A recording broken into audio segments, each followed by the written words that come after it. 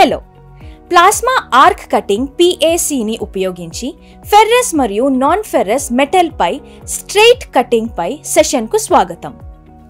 ఈ సెషన్ యొక్క ఆబ్జెక్టివ్లను చూద్దాం. ఈ సెషన్ ముగింపులో మీరు వీటిని చేయగలరు. సరైన కటింగ్ అలౌయెన్స్ని ఉంచడం ద్వారా ప్లేట్పై కటింగ్ లైన్లను మార్క్ చేయండి. స్ట్రెయిట్ కటింగ్ కోసం జాబ్ని సెట్ చేయండి. అంచులను శుభ్రం చేయండి మరియు లోపాల కోసం ఇన్స్పెక్ట్ చేయండి. ఫెర్రస్ మరియు నాన్ ఫెర్రస్ పై స్ట్రెయిట్ కట్కి అవసరమైన టూల్స్ మరియు ఎక్విప్మెంట్లు: plasma cutter, welding helmet, welding gloves, welding apron, torch tip, electrode, shield cup, bench vice, wire brush, chipping hammer, hand grinder, drag shield. ముందుగా ప్లాస్మా కటర్ని ఉపయోగిస్తున్నప్పుడు భద్రతా విధానాలను అర్థం చేసుకుందాం. అధిక వోల్టేజ్, శబ్దం, ఉష్ణోగ్రత, మండే పదార్థాలు, పొగలు, అల్ట్రావైలెట్ రేడియేషన్ మరియు కరిగిన మెటల్తో సహా ప్రక్రియలో సంభావ్య ప్రమాదాల గురించి తెలుసుకోండి. పెరిగిన ఉష్ణోగ్రతలు బర్న్స్కు కారణమవ్వచ్చు మరియు మండే పదార్థాలు ఇగ్నైట్ కావచ్చు. హానికరమైన పొగలు పీల్చబడవచ్చు మరియు అల్ట్రావైలెట్ రేడియేషన్ చర్మం మరియు కళ్ళను దెబ్బతీయవచ్చు. కరిగిన మెటల్ బర్న్ ప్రమాదాలకు కలిగి ఉంటుంది. తయారీదారు పేర్కొన్న విధంగా సరైన వెల్డింగ్ క్లోతింగ్ ధరించాలి. అలాగే షేడెడ్ కంటి రక్షణను ధరించాలి. అన్ని ఇండస్ట్రియల్ ప్రోడక్ట్స్ మాదిరిగానే సరైన సేఫ్టీ విధానాల కోసం ఓనర్ యొక్క మాన్యువల్ను చదవండి. ఇప్పుడు ప్లాస్మా కట్టర్ని ఉపయోగించే ముందు ప్రీ కట్ చెక్లిస్ట్ని అర్థం చేసుకుందాం. పేలవమైన కటింగ్ పర్ఫార్మెన్స్ మరియు ఆపరేటర్ ఫ్రస్ట్రేషన్ను నివారించడానికి అరిగిపోయిన టార్చ్ టిప్, ఎలక్ట్రోడ్ మరియు షీల్డ్ కప్ను ఇన్స్పెక్ట్ చేసి భర్తీ చేయండి. కంప్రెసర్ లేదా బాటిల్ గేజ్ వద్ద గ్యాస్ లేదా ఎయిర్ ప్రెషర్ని చెక్ చేయండి. ప్లాస్మా కట్టర్ని ఆన్ చేయండి.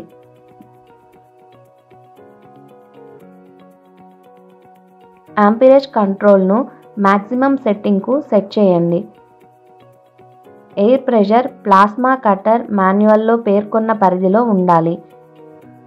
ఎయిర్ ప్రెషర్ పేర్కొన్న పరిధిలో లేకుంటే ఎయిర్ ప్రెషర్ రెగ్యులేటర్ని సర్దుబాటు చేయండి.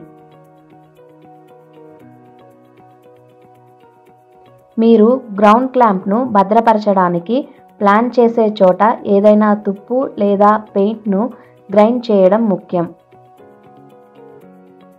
ఎందుకంటే ప్లాస్మా కటర్ హై వోల్టేజ్ ఆర్క్ను సృష్టిస్తుంది.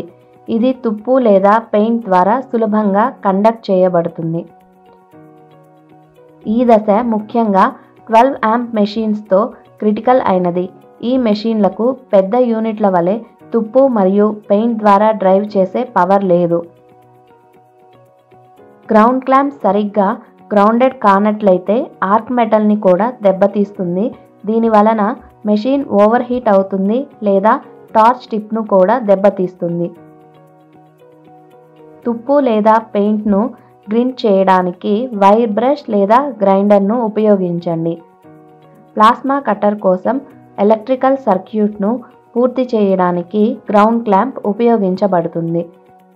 వోల్టేజ్ డ్రాప్ను తగ్గించడానికి మరియు మంచి ఎలక్ట్రికల్ కనెక్షన్ని నిర్ధారించడానికి దీనిని కట్కు వీలైనంత దగ్గరగా ఉంచాలి.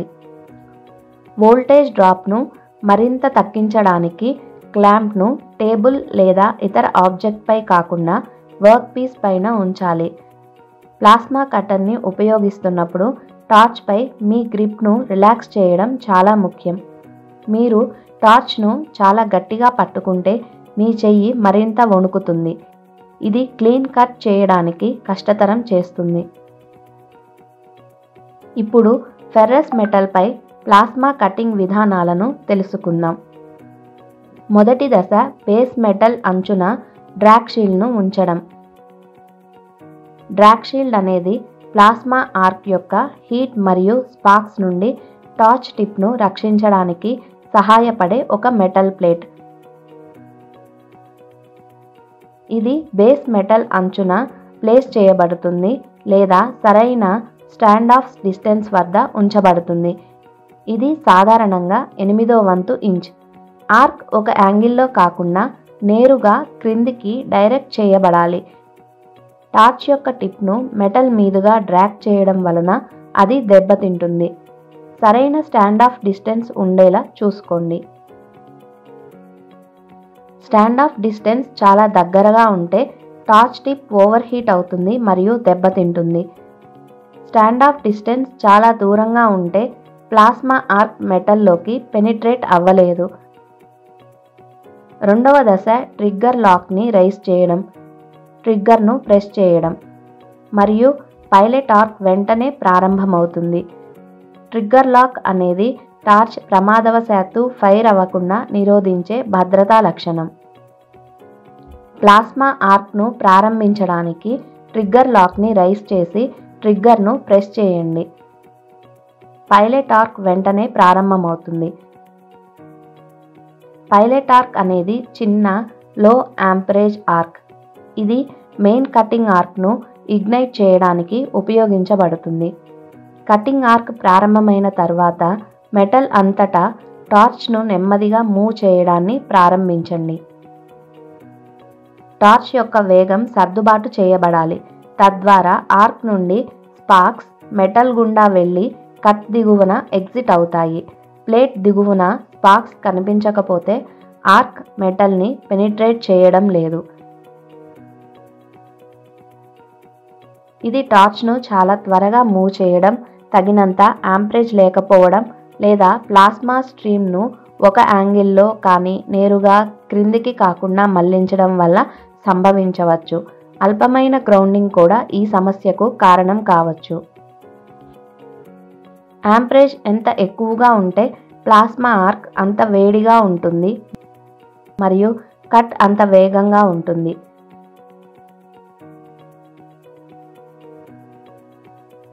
అయితే యాంపరేజ్ ఎక్కువగా ఉన్నట్లయితే టార్చ్ టిప్ను దెబ్బతీస్తుంది. టార్చ్ టిప్ను చల్లబరచడానికి మరియు ఓవర్ హీట్ కాకుండా నిరోధించడానికి గ్యాస్ సహాయపడుతుంది. ఇది ప్లాస్మా ఆర్క్ను ఆకృతి చేయడానికి మరియు కట్ యొక్క క్వాలిటీను మెరుగుపరచడానికి కూడా సహాయపడుతుంది. కట్ చివరిలో టార్చ్ను చివరి అంచు వైపుగా కొద్దిగా యాంగిల్ చేయడం లేదా మెటల్ను పూర్తిగా విడదీయడానికి ట్రిగ్గర్ను రిలీజ్ చేయడానికి ముందు కొద్దిసేపు పాజ్ చేయండి.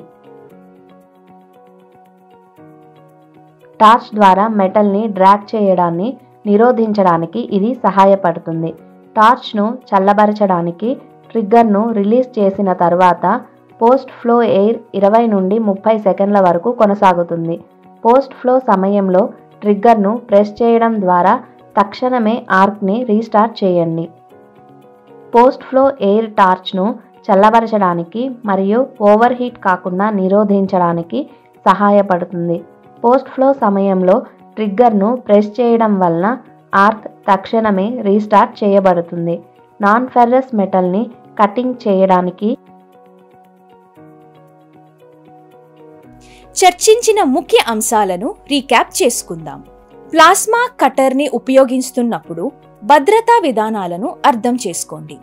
ప్లాస్మా కటర్ని ఉపయోగించే ముందు pre cut check list. Plasma కటర్ని ఉపయోగించి ఫెర్రస్ మరియు నాన్ ఫెర్రస్ మెటల్స్ను కట్ చేసే విధానం. ఇది మనల్ని సెషన్ ముగింపుకు తీసుకువస్తుంది.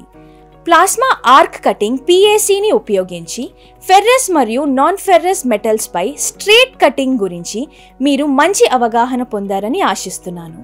తదుపరి సెషన్లో కలుద్దాం.